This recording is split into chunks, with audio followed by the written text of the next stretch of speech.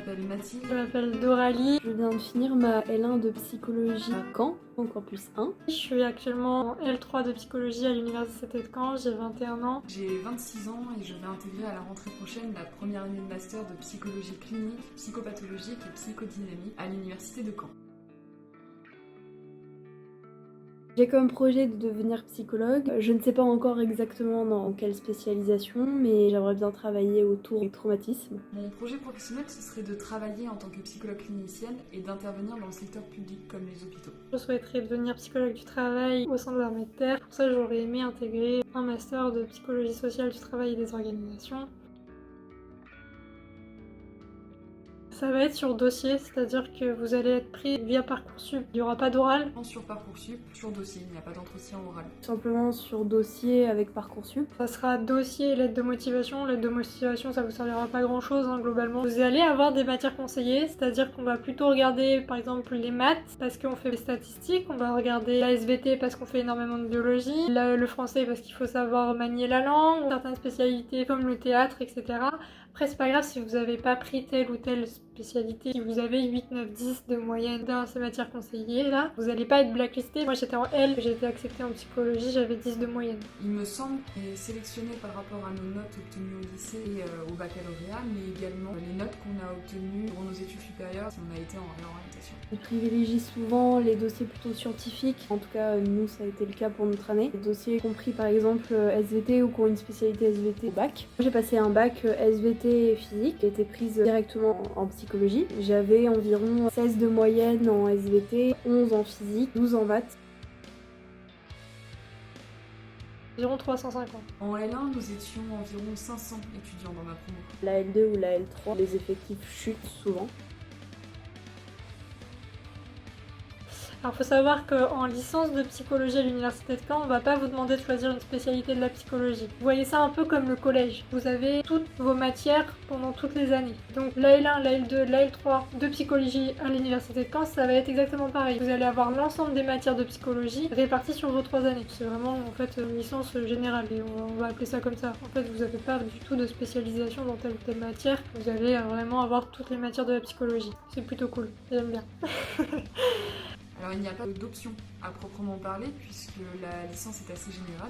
Néanmoins, on a l'occasion de se spécialiser arrivé en L3 grâce au TER qui est un travail d'étude et de recherche. Donc c'est un mini-mémoire et là on peut choisir un domaine en particulier qui va plus nous intéresser et qui va peut-être être en lien avec notre master. Donc pour ma part, ça a été de choisir un sujet en lien avec la psychologie clinique. À Caen, la licence de psychologie est compatible avec la LAS, donc l'accès santé. C'est ce que j'ai fait moi pour ma L1.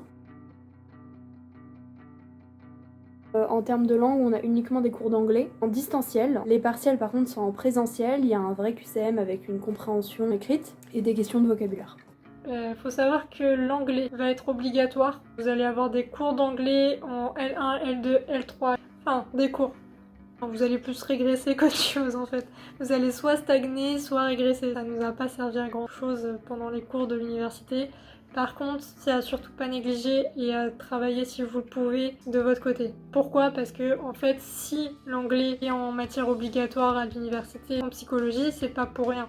C'est parce qu'en fait, plus tard, on va vous demander de travailler sur des analyses et des études qui sont écrites qu'en anglais. C'est pour ça qu'on vous demande d'avoir un bon niveau en anglais. Ouais, en soi, moi, je m'en sors alors que j'ai pas un excellent niveau en anglais. Je pense que je dois avoir un niveau seconde, voire même moins, et je m'en sors bien. Bon, faites ce que vous voulez de cette info. Donc, nous étudions l'anglais en licence, donc en L1 ça reste un niveau plutôt lycéen qui va se spécialiser au fur et à mesure jusqu'à devenir en L3 vraiment de l'anglais spécifique avec des termes scientifiques pour les psychologues, puisqu'on aura des recherches à faire et un travail assez personnel à fournir au niveau de la recherche et des articles à lire qui sont en anglais.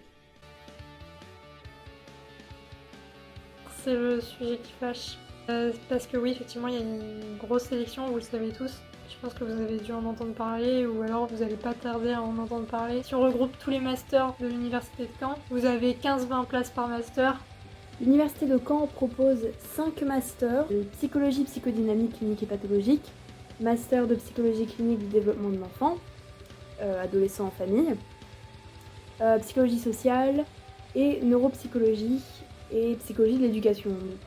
Des notions qui seront abordées tout au long de la licence. Et donc à Caen, le master de psychodynamique et le master de neuropsycho accueillent 22 étudiants et les masters de psychologie du développement, de psychologie sociale et de psychologie de l'éducation accueillent 17 étudiants. Il faut savoir que nous, cette année, si vous voulez un ordre d'idée, nous, en L3, on était environ 210, 230. Souvent, les masters sont réputés pour être extrêmement sélectifs dans toute la France. Il y a 5 parcours de master de psychologie à Caen. Généralement, il y a 20 places. Notre université, elle est plutôt d'obédience freudienne, donc psychanalytique. Mais je sais qu'il y a une grande influence au niveau de la neuropsychologie, qu'il y a une très bonne réputation dans notre faculté. La fac de Caen est assez scientifique, donc dès la L1, vous allez retrouver beaucoup de psychologie très scientifique, donc pas mal de neuroanatomie et de neuropsychologie. Il y a certaines facs qui sont beaucoup plus littéraires, entre guillemets, et qui sont un peu plus axées sur la psychologie clinique. Alors l'université de Caen, la filière psychologie, elle est un petit peu, on va dire, influencée par la psychanalyse parce que c'est vraiment une université freudienne. Après, il faut savoir que pas tant que ça. Donc on va répondre par la question oui et non. Est-ce qu'elle est influencée? Oui et non. Pourquoi? Parce qu'il y a certains de nos professeurs qui vont jamais faire allusion à la psychanalyse. Par contre, à l'inverse, on va avoir des professeurs qui justement sont à fond sur la psychanalyse et qui vont faire souvent des allusions à la psycha, qui vont même nous faire cours. En L3, vous allez avoir des cours qui sont exprès sur la psychanalyse. Et par rapport au stage, quand en L3, vous avez la possibilité de faire un stage de découverte et d'orientation. Vous n'aurez jamais de stage obligatoire. Vous allez avoir à faire un stage mais qui est facultatif et c'est si vraiment vous le souhaitez en L3. Et seulement en L3. Attention, ce stage-là, il est facultatif, c'est-à-dire qu'on ne dispensera pas des cours pour avoir les stages. Si vous manquez les cours, c'est votre responsabilité, c'est à vous de trouver les moyens pour justifier votre absence si c'était en TD et pour en plus récupérer les cours derrière. C'est-à-dire que vous n'avez pas de soutien par la fac, etc. C'est à vous de vous organiser de façon à ce que soit vos stages se passent pendant vos vacances, soit quand vous n'avez pas cours. Le problème, c'est que pour rentrer dans certains masters, dans d'autres villes, on va vous demander obligatoirement un stage. Quand on vous dit que le stage est facultatif, le problème c'est que pour entrer dans certaines universités, dans le master que vous allez demander, on va obligatoirement vous demander un stage. Si vous avez l'occasion, même pas si vous avez l'occasion, trouvez l'occasion d'aller faire un stage. C'est vraiment important si vous voulez avoir toutes vos chances pour entrer en master. Déjà que la sélection est vraiment compliquée, alors en plus, si vous démarrez avec une épine dans le pied, franchement, ça va être compliqué. Alors les stages ne sont pas obligatoires. Vous avez l'occasion de faire un stage en L3 à Caen, mais celui-ci doit durer entre 35 heures et 154 heures. Vous avez la possibilité de le faire dans n'importe quel secteur de votre choix. Néanmoins, vous ne pouvez pas le faire dans un milieu scolaire. Pour ma part, je l'ai réalisé au sein d'un EHPAD et il a duré 154 heures. Alors ça va varier selon les années. Alors à Caen, en L1, c'est uniquement du QCM pour le semestre 1 et le semestre 2. En licence 1, on va avoir que des QCM. Nous avons des QCM en première année de licence. En général, les QCM, ça va être entre 60 et 70 questions pour 1 heure. Sauf pour les contrôles continus qu'on a en statistique où là c'est des examens où il faut faire des calculs. Ça dépend aussi des yeux, mais il arrive qu'il y ait des contrôles continus où on doit faire par exemple des exposés, des oraux, des choses comme ça. Là c'est pas du QCM. Puis en L1, en L2, L3, vous allez quand même avoir au moins une matière qui va être en contrôle continu. Ces matières-là vont être en continu tout au long de l'année. Donc c'est comme si vous faites un DS tout au long de l'année selon les sujets que vous faites, sauf que c'est que pour ces 3 matières qui sont regroupées en une seule matière, qui sont les compétences transversales. Et les 2 semestres se compensent. Les UE se compensent également entre elles. La compensation existe entre les UE, mais également entre les semestres. Ça veut dire que si par exemple vous avez 5 à une matière mais que vous avez 15 à une autre, et ça se compense, vous arrivez à 10 et donc vous avez votre semestre. Par contre en L2, il commence à y avoir de la rédaction. Pour la licence 2, ça va être un mixte entre QCM et dissertation. Moi, ce que j'ai pu voir, c'était que vraiment il y avait quand même cette majorité QCM, même si on avait à côté des dissertations. Après, ça peut toujours varier selon les professeurs. Il faut savoir que les dissertations, ça va entre 2 et 3 heures.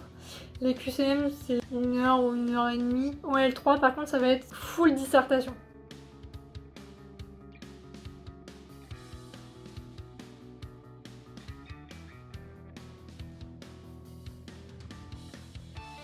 La matière qui est le moins réussie, c'est les statistiques. En général, la matière qui était la moins bien réussie en licence, c'était surtout les matières scientifiques.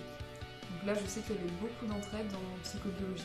En vrai, ça dépend vraiment des étudiants. Après, c'est vrai qu'il y a une matière qui demande beaucoup plus de travail que les autres. C'est la psychobiologie. C'est, je pense, la matière qui demande le plus de concentration, le plus de connaissances à ressortir, etc. Parce que ça va être vraiment tout ce qui est cellules, protéines. C'est de la biologie du cerveau, c'est comprendre comment on capte les sens. Faut vraiment s'y mettre pour comprendre, faut pas hésiter à aller fouiller dans les livres, même sur internet. Attention aux sources par contre, il y a des très bons livres qui ont été faits par des docteurs en psychologie qui existent sur la psychobio et qui permettent de vraiment mieux appréhender son cours parce que souvent c'est des cours un petit peu denses et qui peuvent être assez compliqués. Des séances de tutorat sont proposées, dont j'ai bénéficié en L1 en psychobiologie et aussi en L2 en statistique. Sinon, il y a certains cours qui sont assez longs et qui demandent beaucoup de mémorisation mais qui sont pas forcément compliqués à comprendre. Pas du tout. Ce n'est pas proposé en distanciel. Ma licence, elle est seulement en présentiel, il n'y a pas de distanciel possible. Le conseil que je peux donner au futur L1, allez en cours. Genre c'est bête hein, mais vraiment aller en CM c'est super important, aller encore plus en TD parce que psycho c'est vraiment comme ça qu'on comprend, c'est comme ça qu'on retient, c'est en allant en cours et c'est en posant des questions. Continuer à être passionné, à vouloir faire des recherches, à vouloir en apprendre toujours plus. La psychologie c'est un domaine vraiment qui permet d'apprendre des choses extrêmement surprenantes. Et c'est cool parce que vous pouvez faire un super beau métier à la fin. Si j'ai un conseil à vous donner, c'est vraiment de vous entraîner sur les annales des années précédentes. Généralement, ils reprennent ou s'inspirent des sujets déjà passés. Et n'hésitez pas à travailler en groupe, à vous former des groupes de travail, des groupes d'amis, et à réviser ensemble. Et aussi échanger le plus possible avec des étudiants, des masters qui vous intéressent, qui vont pouvoir vous aider, à vous orienter, à lire ou relire vos lettres de motivation, vos CV aussi pendant la sélection. C'est très important, je l'ai fait et ça m'a beaucoup aidé. Les profs vont vous conseiller des livres.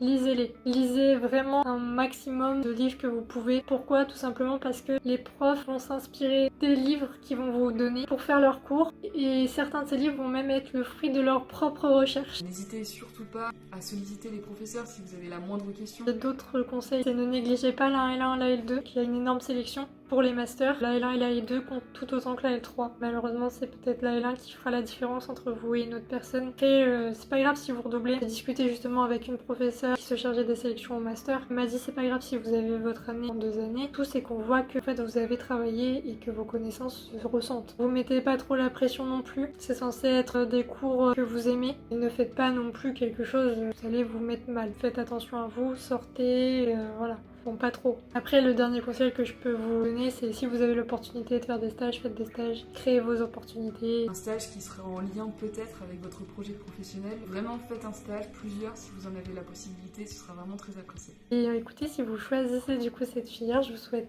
bon courage, vraiment bonne chance et tout. Vous allez y arriver. Si vous avez ce parcours-là en tête, je suis sûre que ça va vous plaire. Ça a été mon cas, franchement, je suis pas déçue. Donc voilà. Je vous souhaite bon courage pour vos études. Accrochez-vous car ce sont vraiment des études intéressantes. Vous allez en apprendre plus sur le fonctionnement de l'être humain, mais également dans la société dans laquelle il évolue.